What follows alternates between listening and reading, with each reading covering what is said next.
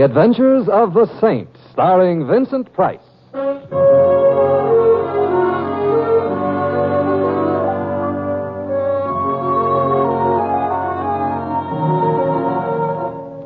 The Saint, based on characters created by Leslie Charteris and known to millions from books, magazines, and motion pictures. The Robin Hood of modern crime now comes transcribed to radio, starring Hollywood's brilliant and talented actor Vincent Price as the Saint. Just a moment, please. Yes? Mr. Tempera? Mr. Simon Tempera? And if I say yes? Oh, I am a George. Congratulations. What army are you dressed for? Oh, not army uniform, I wear, sir. Sure. You come? Huh? You come now? You want me to go somewhere with you? You are sure you are Mr. Simon Tempera, the Saint? If I'm not, my old grandmother shouldn't have lied to me all these years. Then you come. Where?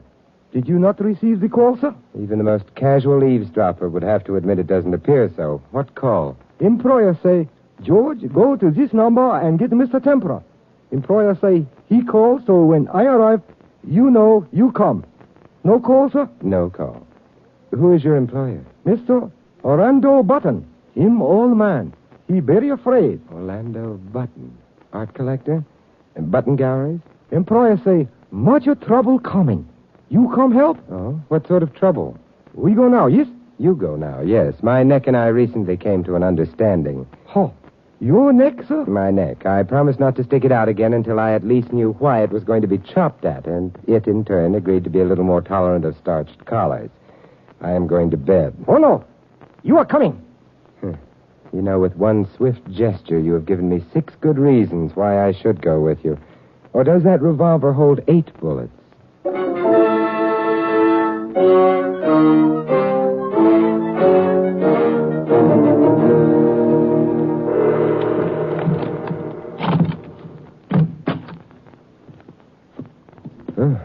You sure this is a home? Oh, yes.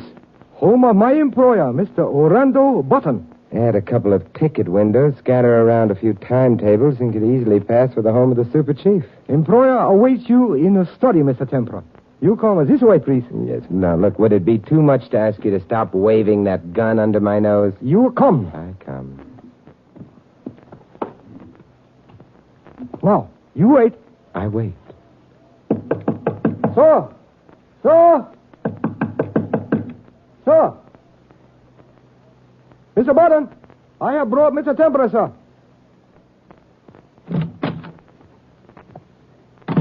Oh, yes.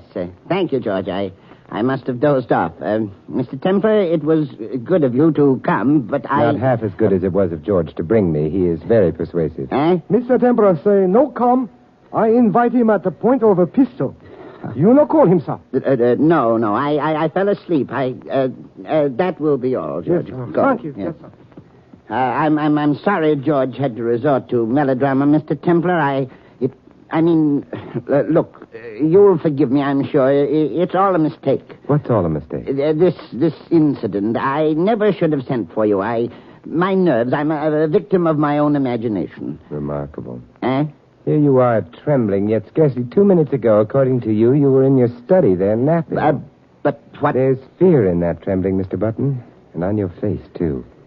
You're scared witless. Scared people don't doze. Please, I beg of you, go at once. Forget that you've been here. That was a long ride across town with your chauffeur's gun in my ribs, sir. Long and unpleasant. But I didn't tell George to use a gun. We can talk in your study. No, you mustn't go in there. You... Oh... You shouldn't have done that. I tried to keep him out of here. I knew you didn't want him to see the... Why are you pointing that gun at me? What are you going to do?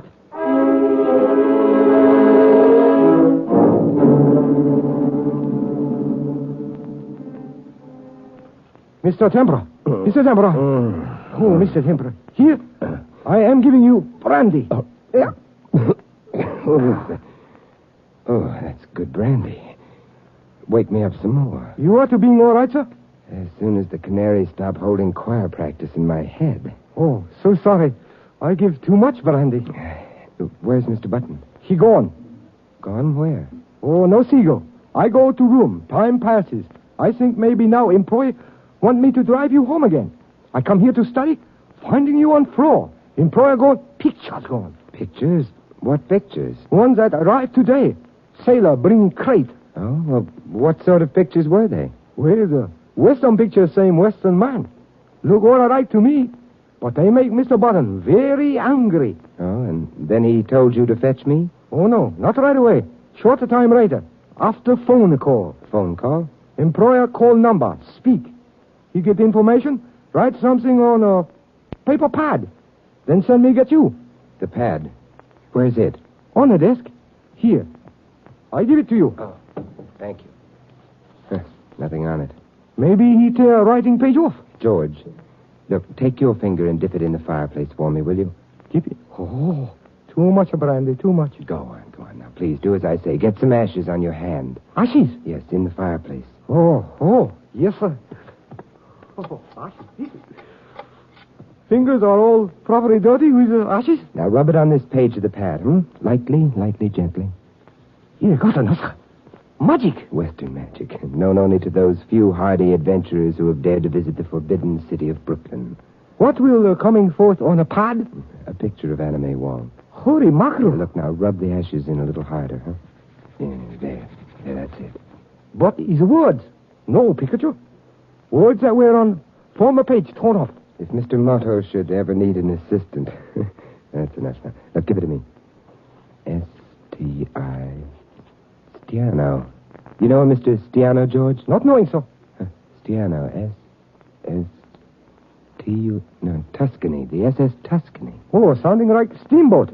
Second thought, maybe Mr. Motto ought to be your assistant. Goodbye, George. Oh, you go? I go. I come. You stay. You go find employer? Yeah. Why? Look, I like you, George, that's why. I don't want you to lose your job, so I... Oh. That's a funny place to put a chair. A chair belong over here. Oh, Mr. Tempera, you say I am to losing job? Why? We have a quaint saying in this country, George. Chauffeur lose job if employer lose life.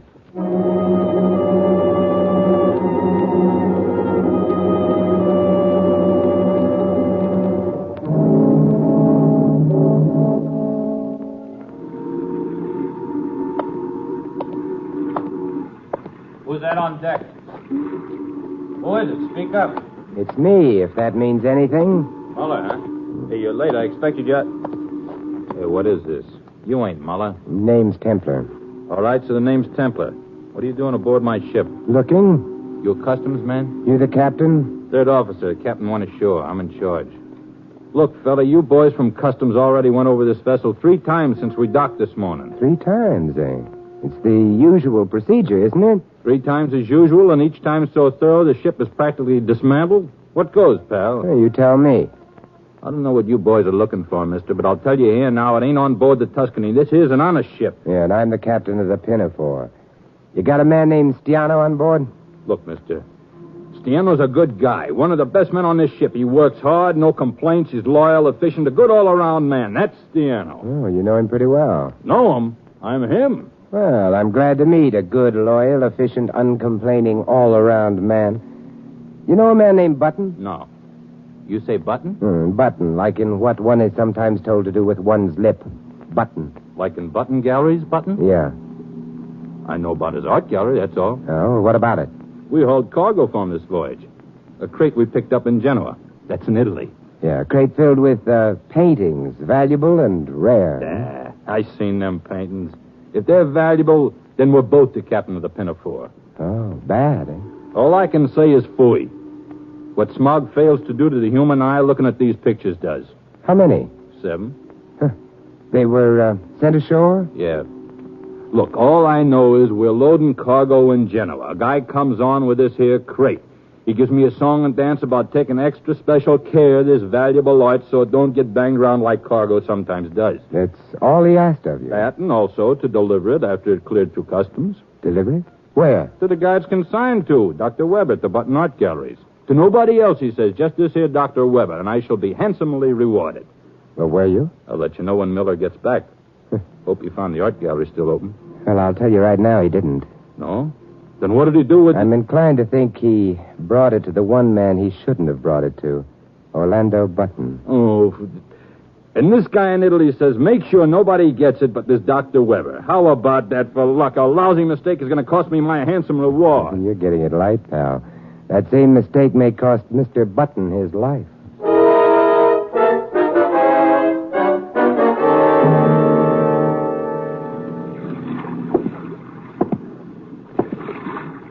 Hello, Saint. Hey, Kesa. Yes. I want to make sure it was you who just come off the ship. I'm kind of glad it's you, sucker. You know, I'm kind of glad to see you, too. Let's see how good you are without the gun, you sucker. Don't worry about it. When I finish tearing it off, I promise you I'll give it back to you. Please. Come on now. What ill wind brought you out of retirement, Kasak? No temper in my kind of work. When a guy says he's retired, he's either trying to kid the cops or kid himself. You mean there's always another hoodlum who'd force you back into it, eh? Now, let's have some talk, Kasak. Let go the arm first. Let loose the talk first. I got nothing. I'll loosen your tongue with a little history. When I first knew you, you worked for Scorelli as his trigger, till he was deported a couple of years back. My, but you're full of news. What do you want from me, Saint? Who hired you to squeeze the trigger on me? Nobody has to hire me to gun you down, Saint. With me, that's a labor of love. Oh, my arm, you're breaking. Turn him loose. Hey, Kasak, either there's someone behind you or you've developed a decided talent for ventriloquism. He's no ventriloquist, and I'm no dummy. Huh? Who are you? I'm just a man with a gun, and the gun is in your back. Turn him loose. He's loose. Oh, pal, you sure came along when I most Beat it. needed. Huh? The boss wants you. Get right over there. Oh, you're going to handle the sucker? I'll handle him. You beat it. Okay, pal. Okay. All right, turn around, Templar. Carefully, very carefully. Good. You did that very nicely. Yeah, I've been taking dancing lessons. It's too bad someone doesn't sell lessons in how to mind one's own business. From now on, you're keeping your nose out of this affair. It doesn't concern you. Clear? Like tapioca. Yeah, I get shanghaied by a fast-drawing Oriental with a gun. I get my skull bashed so hard my brains are threatening to move out of the neighborhood. I get very sincerely menaced by a beady-eyed bandit with intent to kill, and now you come along and tell me this affair doesn't concern me? All this really happened? If I were dreaming, it wouldn't be about those kind of things. Okay. So what's the angle to all this mishmash? I can only make wild guesses. None of my ideas have had their final fittings yet. So suppose you tell me, what angle are you wearing today? Like I told you, Saint, me, I'm just a man with a gun. Yeah, so you said. And, the paintings? Paintings? Yeah, the crate of paintings, 7 in number, that arrived today from Italy for the Button Galleries. Now I'm dreaming. You mean you're chasing paintings? You mean you're not chasing paintings? Friend, either you're deliberately throwing me a curve or we're not even playing in the same ball game. No, I'm not chasing paintings. What I'm chasing is just a little more dangerous. You wouldn't say that if you were wearing my aching head. I'll be seeing you, art lover. Yeah, it's inevitable.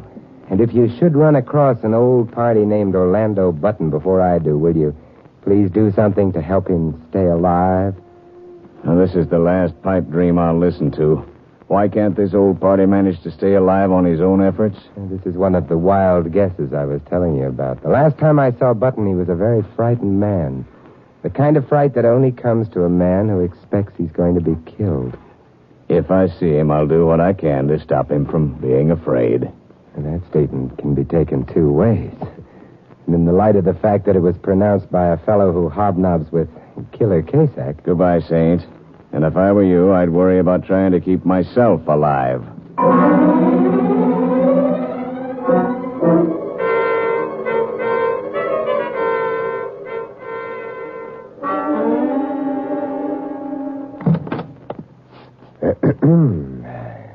Good morning.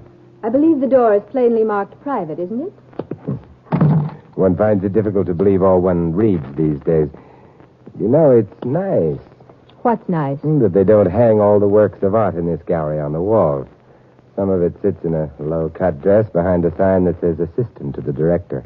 You wish to see someone? Actually, my wish is to remain here with you, but I'd never get to see Dr. Weber that way. You have an appointment with Dr. Weber? No. Well, I'm afraid he can't see you then. He's very busy. And then I'll see Mr. Button. Mr. Button? This is the Button Art Galleries, isn't it? You will have to make an appointment with Mr. Button at his home. He rarely comes down to the galleries anymore. And then I'll see Dr. Weber after all. You not only find it difficult to believe all you read, but all you hear as well. Dr. Weber never sees anyone without an... Oh, it is you, Mr. Tempera. Oh, hello, George. You find employer? No, George. Gentleman is a friend of yours, George? Oh, very good friend. Mr. Simon Tempera, the saint. Great a detective. Makes words appear on paper with ashes. Very clever. Oh, it's nothing really, George. A detective? Something wrong? Employer missing, Miss Arthur. What? Oh, it's mysterious. Crate come last night by sailor. Employer and I, we open. Employer get angry like it praises. Send me quick to drugstore. Then I come back He sent you to the drugstore? Look here, what's this all about? About a crate of paintings from Genoa for Dr. Weber. Paintings? We weren't expecting anything from Italy. Perhaps Dr. Weber was. I most certainly would have known if the director was expecting a shipment. And what's all this about Mr. Button? I wish you'd Let's explain... go see Dr. Weber. Maybe he likes mystery stories, too. Very well, Mr. Templar. This way. Thank you. Oh, Miss Arthur. I go Paris car now. Yes? My car? Oh, no, George, you don't have to. What is a Wednesday? Paris your car each Wednesday. That is why I come here. Well, you can pass it by this week, George. I haven't used my car much since the last time you gave it a bath and a polish. Okay, very well. I skip this week. Through this door, Mr. Templar. Oh, Lola, I'd like you to catalog that new... Oh, we have a visitor. This is Simon Templar, Dr. Weber. How do you do? How do you do, sir? Seems we have a mystery on our hands, Doctor. A mystery? Splendid. It was beginning to get a trifle dull around here. Won't you sit down, please? Thank you. There's nothing like a little mystery to brighten things up a bit, is there? Especially if you're one of those people who enjoys going to funerals, Doctor. Someone is... And let's just say that someone, when last seen, was terrified. And let's also say that someone hasn't been seen since. But who? Mr. Button. According to George, he's been missing since last night. I see. Mr. Templar, am I to understand that just because Mr. Button wasn't home last night, you are assuming that he's been murdered? Well, that is more or less the condensed version, yes. I believe the little verse goes like this. Don't make tragedies out of trifles. Don't shoot butterflies with rifles.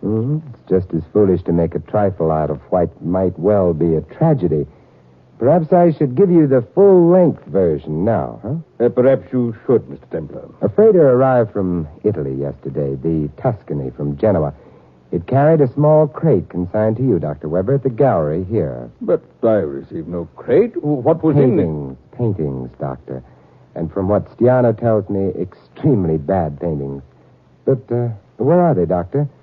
Let's let these pictures speak for themselves. Where are they? I never heard of them until this moment. I wasn't even in town yesterday. You weren't? I was in Chicago, attending a fraternity convention. There was no crate of paintings delivered here to the gallery yesterday, Mr. Templar, I assure you. Oh, they weren't delivered to the gallery, Miss Arthur. The seaman who carried the crate in Stiano's place found the gallery closed when he arrived, so he did the next best thing, he thought. The next best thing? Yes, he had no way of knowing, of course, that old Mr. Button had more or less retired from business, leaving Dr. Weber in charge of his gallery. And so rather than lug the crate all the way back to the ship, he brought it over to the Button residence. Well? Well, Mr. Button opened the thing up, curious to see what sort of stuff his gallery was buying these days, I suppose, and probably wished he was dead. I'm afraid his wish was granted all too soon. But why would anyone take the trouble to ship us bad paintings? That's what I wondered for a while, too. And that's what Button must have wondered, but not for long. He tumbled onto it practically at once. Onto what, Mr. Templar? You're aware, of course, of the National Treasures Act, or whatever they call it in Italy, which prevents the export of great Italian works of art? Of course, we're aware of it. The Italian government has had it in force for years. They're perfectly right in not wanting their great works of art scattered throughout the world when it rightfully belongs in Italy. But I still don't understand. The 7 paintings were overpaintings. Overpainting? Yes, surely you've heard of the technique of painting over an oil painting with gouache, with a water-soluble paint. On the surface, these pictures look like something not even a lumber company calendar would be caught dead with. Underneath, as Mr. Button found when George came back from the drugstore with materials to remove the paint, they found masterpieces by master artists of the Renaissance. What? You're sure? Yes, I'm sure. Several dozen of Italy's treasures have been missing ever since the war. The customs men tell me the Italian government had a tip that some had recently been shipped to New York. How or on what ship, no one knew. But, Mr. Button, what did he do when he... Well, being an honest man with a reputation of many years as a reputable art dealer, he was shocked. He sent his chauffeur to fetch me. When I got there, he told me he'd changed his mind. I can assume that Button had his mind changed for him at the point of a gun. Speaking of points of guns, what do you think of the point of this one? Hello, Kasek.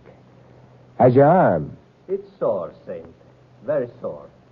But not as sore as your head is going to be when I throw some lead in it. What is this? That's exactly what the boss wants to know. What is this? Okay, boss, you come in now. Hello, Saint. Scarelli. You got a good memory for faces, Saint. It's been a lot of years. Who could ever forget a face like yours, Scarelli? It could win an ugly contest anywhere. The way this guy talks, Kazak, a guy would think you're holding an invisible gun. Doesn't make any difference that he can't see it, boss. You'll feel it as good as anybody. I demand to know the meaning of this intrusion. You're in charge of this joint. I am Dr. Weber, the director. And the dame?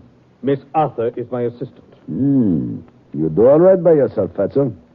Maybe after we knock off the Saint and Fatso here, we'll keep her around a little, eh, Kazak? You're the boss. What brings you back to this country, Scarelli? The crime wave became just a ripple when you were deported. I'm moving back in, Saint. Bigger than ever. But first, I got to clear something up. Oh? What sort of something?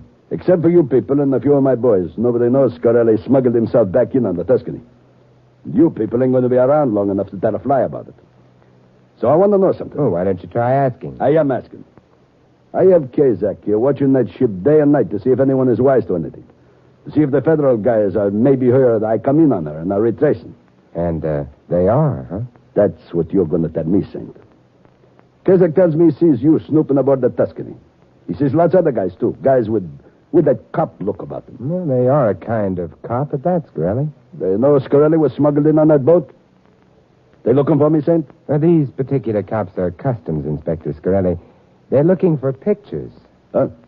Pictures? Yeah, paintings. Oh, that's good news. You hear that, Kazak? They're not looking for Scarelli. They don't know I'm back yet. Let's get rid of these suckers, then, boss. They got mouths. Yeah. Start operating, Kazak. You're the doctor. Save the Saint for last. All right, drop it, Kazak. Kazak, got it! I said drop it. All right.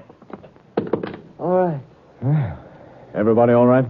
Who are you, Dick Tracy? I've already told you, Templar. I'm just a man with a gun. That gun wouldn't happen to be federal property, would it? It would. And now you're going to ask how come a federal agent lets a mug like Kazak loose after he's been shooting his gun off at a private citizen. Yeah, I know how come. If I'd gone through with my intention of breaking off Mr. Kazak's arm, he'd have led you to a hospital instead of where you wanted him to lead you, huh? To Scarelli. Right, Mr. Templar. Come on, boys. Don't push me. Let's get away from this smart guy and be careful with those hands.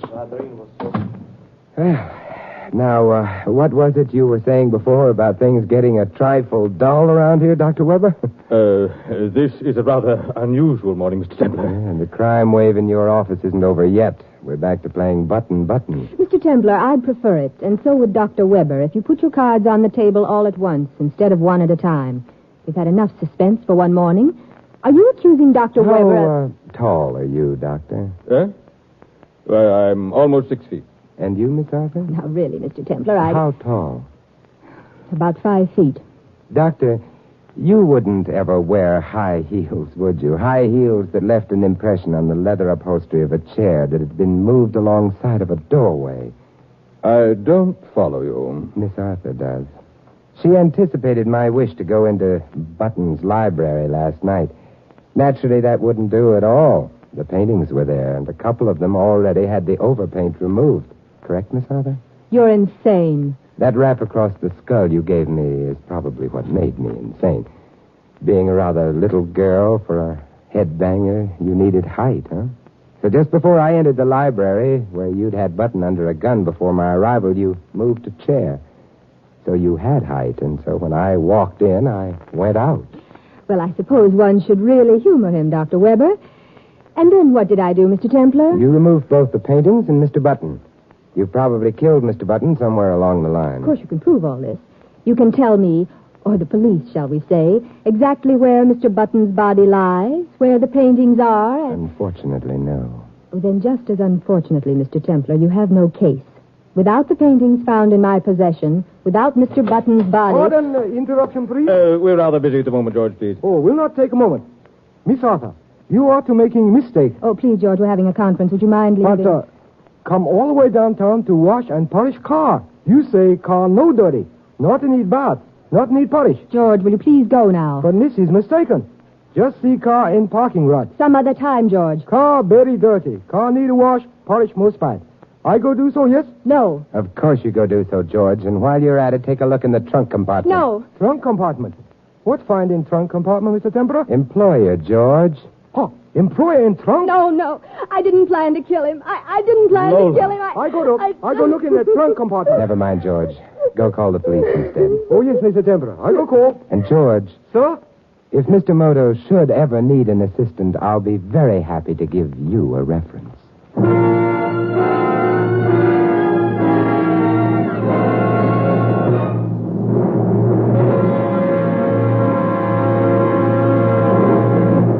You have been listening to another transcribed adventure of the Saint, the Robin Hood of modern crime. Now here's our star, Vincent Price.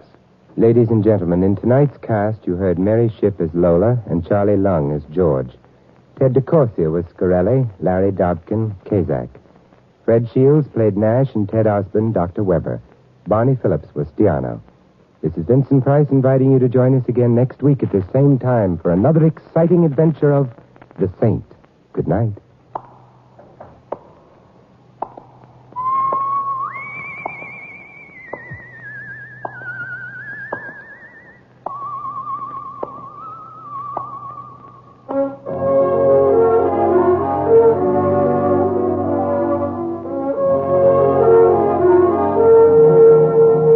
This adventure of The Saint was written by Michael Cramoy. The Saint, based on characters created by Leslie Charteris, is produced by James L. Safier and directed by Helen Mack. Vincent Price is soon to be seen co-starring with Errol Flynn and Michelin Prell in William Marshall's production of Bloodline. All you Saint fans will be glad to know that the Saint comic books are on sale at all newsstands. 3 chimes mean good times on NBC. For something new about the Army, hear the Phil Regan Show, next over most of these NBC stations. Coming from a different service base every week, Phil Regan brings you songs and fun, and brings prizes to talented GIs. It's an exciting newcomer to your Sunday chime lineup on NBC. So hear it next, the Phil Regan Show. And later today, following the Phil Regan Show, hear Mr. and Mrs. Blandings on NBC.